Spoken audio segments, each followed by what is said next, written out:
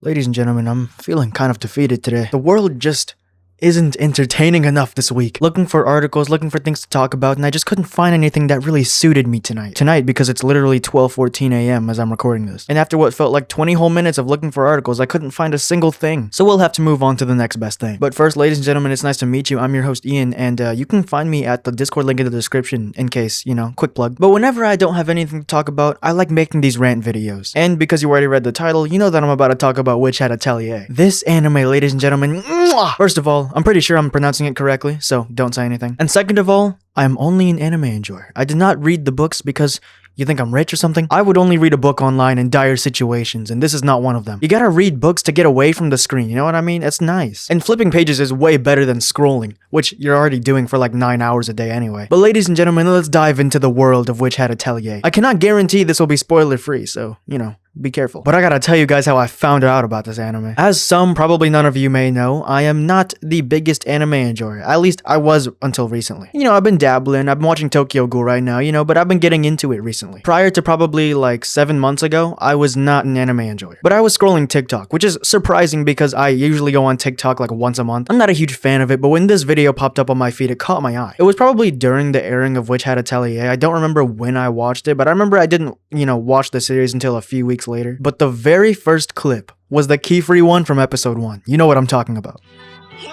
Oh my gosh. Wow.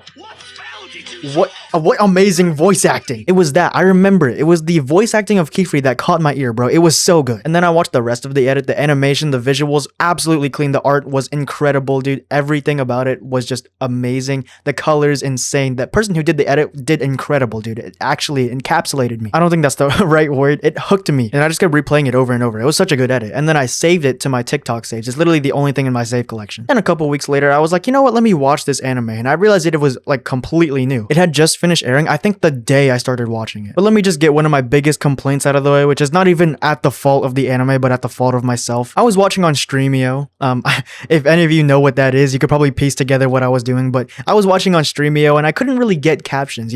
If you think that captions are dumb, I'm sorry. You can have your own opinion, but captions are the way I like to watch things. And on Witch Hat Atelier, it's just hard to hear. I'm sorry. But if you've watched the anime, you know that like all the characters have different accents, especially Tetia, bro. So hearing things was just a little hard. I didn't find a version of the videos on Streamio that had embedded captions until like episode 8. And so that was kind of annoying. But whatever, let's get into the juicy bits. So there's this little girl named Coco and she lives in a world where magic is separated between humans and wizards. Only wizards know how to do magic. Humans don't even know like how they produce magic. It's just a thing. But long story short, Coco's a human. A wizard comes to visit her house. She spies on him, learns how he does magic, and then performs it herself as a human. But without knowing it, she performs some forbidden spells, which are spells that cause damage and hurt other people. She ends up petrifying her mother, and Kefrey, which is the wizard's name, comes to save her, and that's where we get the iconic scene that I showed you guys earlier. And that's just the first episode. Like, that's insane. I probably rewatched that sequence 3 times in a row after I watched it the first time because, dude, it was just amazing. The soundtrack was incredible, and then you got, like,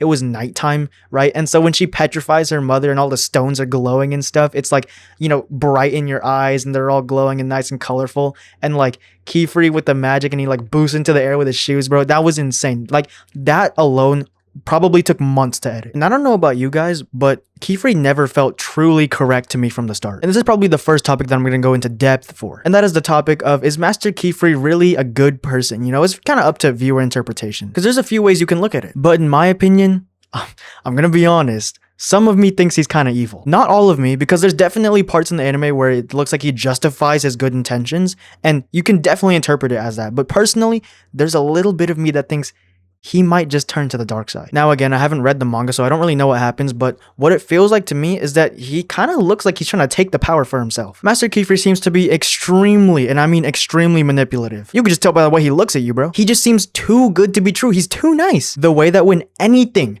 comes between him and figuring out cursed magic gets in the way, he just immediately demolishes it. The most prominent example being the brainwashing of Mr. Noah. Essentially what happens is the Brimmed Caps, which is basically like the organization of cursed magic, give Coco a bottle of like cursed ink or whatever, and it makes her spells more powerful and destructive. Well, Master Kefrey discovers this and brings it to Mr. Noah, who is like a ink expert, I guess, and they figure out that it's cursed and it has to do with cursed magic in the Brimmed Caps. And so they're like, okay, We need to figure this out. But Mr. Lanoa is like, hey, we should probably turn this in to the council, whatever it is, the magic people. I forgot what they're called. You know, the Ministry of. It's not Harry Potter. But basically, he's like, we should turn it over. And Mr. Kefrey is like, nah, bro, we shouldn't do that. If you're going to get in the way of me figuring out what this ink can do and how to get to the brim caps, I'm going to literally brainwash you. And he's like, nah, bro, I'm finna tell. And like Master Kefrey basically brainwashes him and makes him forget all about it. Mind wipes the dude. And by the way, it's the Knights Morales. That's the name I forgot. Now, in some situations, you can perceive this as, oh, the Knights Morales is definitely going to stop Master Kefrey from discovering the brim caps. They're probably going to, like, you know, keep them away from it. And there's not going to be any more advancements. We're just going to end up in the same place that we started. They're just going to confiscate it. And you would think, oh, he's just, you know, defending that. And he's just trying to, you know, be the better person by trying to bring about change and not letting people get in the way of that. But no person can be that prestigious. I feel like there was other ways around it, but no, he decided to brainwash Mr. Lanoa and like mind wipe him basically, which is a very like cruel method of doing things. Very brute force-esque kind of thing. And he decides to keep it secret from absolutely everybody, even Coco herself, which keep in mind, Coco is his only way to get forward in this brim cap situation. She's like his lead basically. But no, when Coco asks about it, he's just like, nah, they gave you the wrong ink. Mr. Lanoa sold you the wrong ink, or it was like something like bad ink or whatever. I don't even remember, but like he just completely lied about it. And he keeps this motive secret from most people. In Coco's eyes and her perspective, Master Kefrey's intentions are to learn about cursed magic so that they can free her mother and reverse things. No one knows that he's trying to get closer to them and even locate some of them. There's the clip in one of the later episodes where he tries to find them by using, you know, like the tracker thing that was in the bottle of ink or whatever. But oh, magic is used to help people and it doesn't hurt people. The magic that we teach you is for good. Tell me, what would Master Kefrey have done in that case then? If he found a brim cap, what would he have done? He's not allowed to use destructive magic. He can't kill them unless,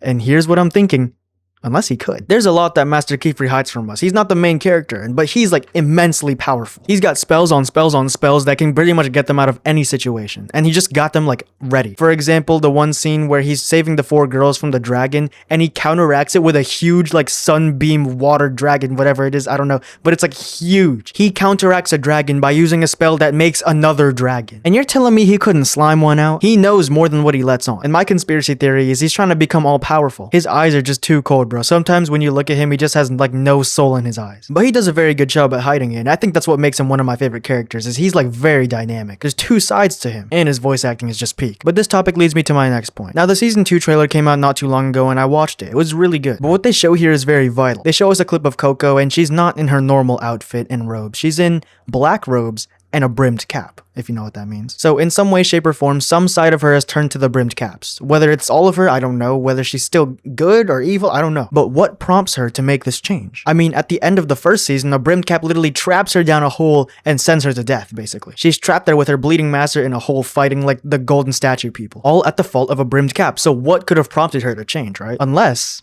betrayal. If Master Kefrey's evil plans and intentions, which are completely speculative by me, are revealed to Coco, what if she sees that and she's like, wow, he's really not on my side. He doesn't have the intentions of saving my mother.